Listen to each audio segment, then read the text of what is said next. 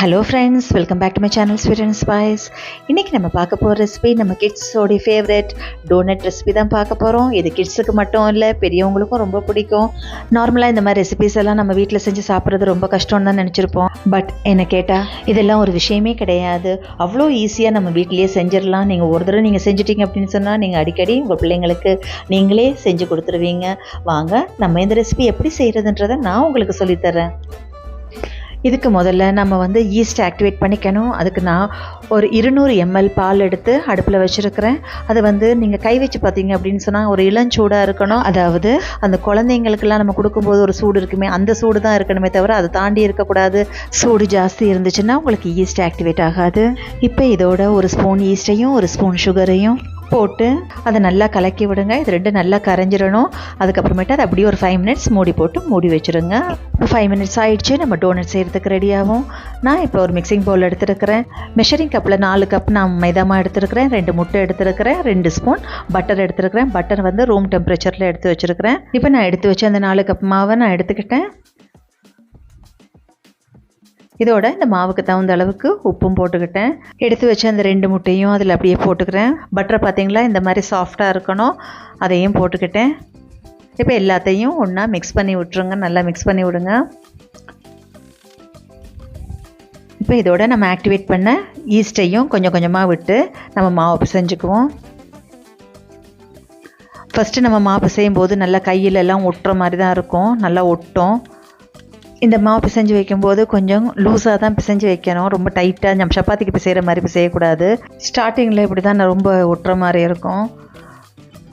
இப்படியே நீங்கள் பிசைஞ்சிக்கிட்டே இருந்தீங்க அப்படின்னு சொன்னால் அது கரெக்டான ஒரு பதத்துக்கு வரும். பார்த்தீங்களா, முதல்ல இருந்ததுக்கும் இப்போ இருக்கிறதுக்கும் கொஞ்சம் வித்தியாசம் உங்களுக்கு தெரியுதா? இது நான் ஒரு 20 minutes கிட்ட இந்த மாதிரி நல்லா பிசைஞ்சு வச்சுருக்கிறேன். 20 minutes பிசைஞ்சதுக்கப்புறமேட்டு தான் இந்த அளவுக்கு வந்திருக்கு. நீங்கள் லைட்டாக மேலே கொஞ்சம் எண்ணெயை தடவிட்டு ஒரு துணி போட்டு மூடி இதை ஒரு 1 hour நீங்கள் டிஸ்டர்ப் பண்ணாதீங்க. இது அப்படியே டபுள் ஆகணும் இந்த சைஸு. இப்போ 1 hour ஆகிடுச்சு. இப்போ நான் பேக்கிங் ஷீட் எடுத்து அதில் நம்ம ஒரு ஸ்கொயர் ஷேப்பில் நம்ம கட் பண்ணி வைக்க போகிறேன். ஏன்னா டோனட்ஸுகளை நம்ம ரெடி பண்ணி அதில் வைக்கிறதுக்கு இந்த மாதிரி ஃபோல்ட் பண்ணிவிட்டு அதை நம்ம நடுவால் கத்தி வச்சு நம்ம வெட்டிடுவோம். 2 சைடும் வெட்டினீங்கன்னா ஒரு 4-5 லேயர்ஸாக வந்துடும்.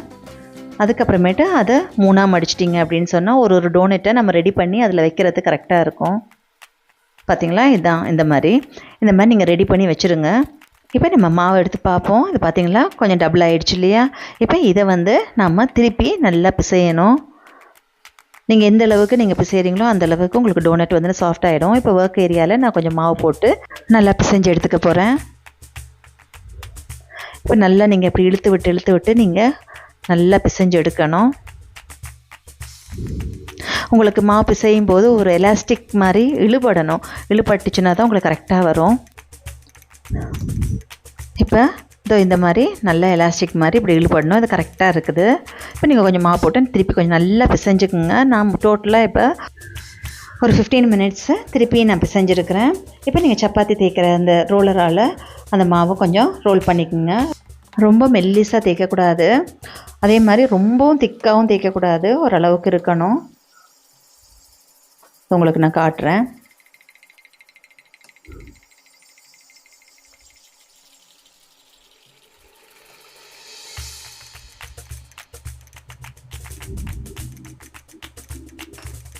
இது பார்த்திங்களா, இந்த அளவு திக்னஸ் இருக்கணும். அப்போ தான் உங்களுக்கு கரெக்டாக இருக்கும். இப்போ நம்ம கட் பண்ணி வச்ச அந்த பேப்பர்ஸ் எல்லாத்தையும் ஒரு ட்ரே வச்சு நீங்கள் எல்லாத்தையும் வரிசையாக அடுக்கிக்குங்க. அதுக்கு மேலே கொஞ்சம் மாவையும் தூவிக்குங்க ஒட்டாமல் இருக்கிறதுக்கு.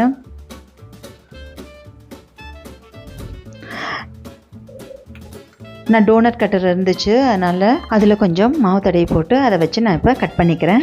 இப்போ இது உங்கள்கிட்ட இல்லைன்னாலும் உங்கள்கிட்ட ஒரு டிஃபன் பாக்ஸ் மூடியோ இல்லாட்டி ஒரு அந்த விளிம்பு இல்லாத டம்ளர் இருந்துச்சுன்னா கூட நீங்கள் வச்சு அதை வச்சு கட் பண்ணிக்கலாம். சின்ன ஹோலுக்கு ஏதாவது ஒரு மூடி ஒன்று வச்சு நீங்கள் கட் பண்ணிக்கலாம். இந்த மாதிரி ஒன்று ஒன்றா நான் கட் பண்ணிக்கிறேன்.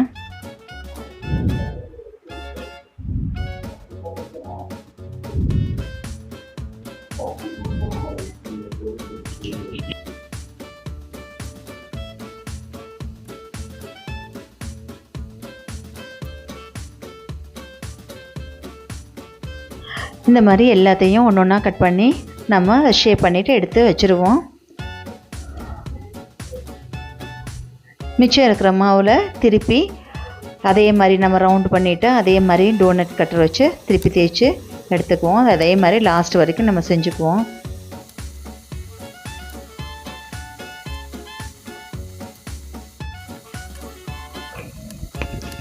இப்போ நமக்கு எல்லாமே முடிய போகுது.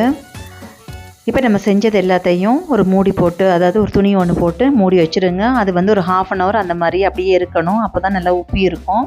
உடனேயே நம்ம வந்து எண்ணெயில் போடக்கூடாது. இந்த மாதிரி நம்ம பேப்பரில் வச்சதுக்கப்புறமேட்டு ஒரு 1/2 அன் ஹவர் கண்டிப்பாக இருக்கணும். அதுக்கப்புறமேட்டு ஒரு கடாயை வச்சு எண்ணெயை ஊற்றிட்டு நீங்கள் ஒன்று ஒன்றா பொரிச்சு எடுத்துக்கோங்க. அடுப்பை வந்து மீடியம் ஃப்ளேமில் வச்சுக்கோங்க. ஹை ஃப்ளேமில் வைக்காதீங்க. ஹை ஃப்ளேமில் வச்சிங்கன்னா டக்குன்னு ப்ரௌன் ஆகிடும், உள்ளுக்குள்ளே வேகாது. இப்போ மீடியம் ஃப்ளேம்னா கரெக்டாக இருக்கும். அதுக்கப்புறம் ரொம்பவும் குறைச்சிடாதீங்க, எண்ணெய் குடிக்கிற மாதிரி ஆகிடும். இந்த மாதிரி ஒன்று ஒன்றா நம்ம எடுத்துக்குவோம்.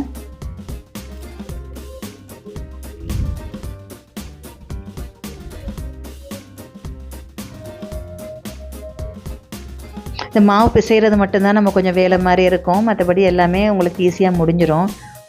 ஒரே ஒரு நாள் உங்கள் குட்டீஸுக்கு இந்த மாதிரி செஞ்சு கொடுங்க, அவங்க ரொம்ப விரும்பி சாப்பிடுவாங்க.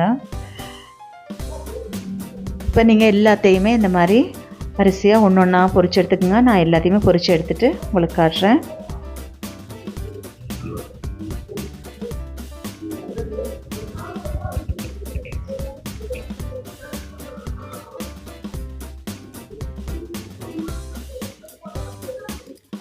இப்போ நான் எல்லாத்தையும் பொரிச்சு எடுத்துக்கிட்டேன்.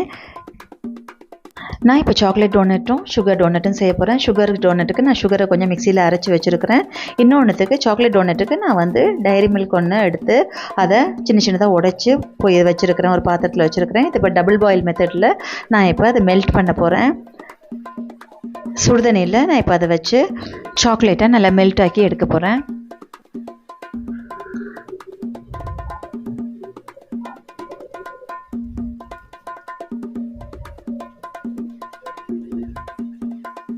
கொஞ்சம் நேரம் வச்சுருந்தீங்கன்னா இப்போ உங்களுக்கு இந்த மாதிரி மெல்ட் ஆகிடும். இப்போ நீங்கள் அதை எடுத்து வச்சுக்கோங்க. இப்போ நீங்கள் சுகர் டோனட்டுக்கு சுகரில் போட்டு இப்படி ரோல் பண்ணிட்டு இப்படி எடுத்து வச்சுருங்க.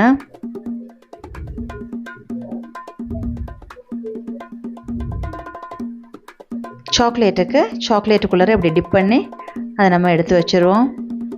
நம்ம டைரி மில்கில் செஞ்சு சாப்பிடும்போது ரொம்ப டேஸ்ட்டாக இருக்கும். அதனால தான் நான் டைரி மில்க் நான் சூஸ் பண்ணேன்.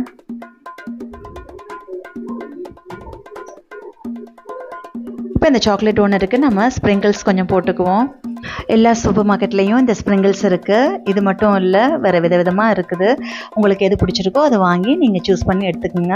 பாருங்கள், இது எவ்வளோ அழகாக கலர்ஃபுல்லாக சூப்பராக வந்திருக்கு. நான் ஒன்று பிச்சு காட்டுறேன் பாருங்கள். என்ன சாஃப்டாக பஞ்சு மாதிரி இருக்குது பாருங்கள். உண்மையாக அவ்வளோ டேஸ்ட்டாக வந்திருக்கு. நீங்கள் இதை கண்டிப்பாக உங்கள் பிள்ளைங்களுக்கு ஒருக்கா செஞ்சு கொடுங்க. அவங்க ரொம்ப சந்தோஷமாக சாப்பிடுவாங்க. நம்ம எதுக்கு நம்ம போய் காசு கொடுத்து வெளியில் சாப்பிட்டுக்கிட்டு நம்ம வீட்டில் செஞ்சு சாப்பிடும்போது அதில் இருக்க சந்தோஷமே வேறு. கண்டிப்பாக இதை மிஸ் பண்ணிடாதீங்க. மிஸ் பண்ணாமல் நீங்கள் செஞ்சு சாப்பிட்டு பார்த்து உங்கள் கமெண்ட்ஸையும் என்னோட ஷேர் பண்ணிக்கோங்க. உங்களுக்கு இந்த வீடியோஸ் பிடிச்சிருந்துச்சுன்னா உங்கள் ஃப்ரெண்ட்ஸ் அண்ட் ஃபேமிலிஸோடு ஷேர் பண்ணிக்கோங்க. மறக்காமல் என்னுடைய அடுத்த வீடியோஸ் பார்க்குறதுக்கு என்னை சப்ஸ்கிரைபும் பண்ணிக்கோங்க. தேங்க்ஸ் ஃபார் வாட்சிங் ஸ்வீட் அண்ட் ஸ்பைஸ்.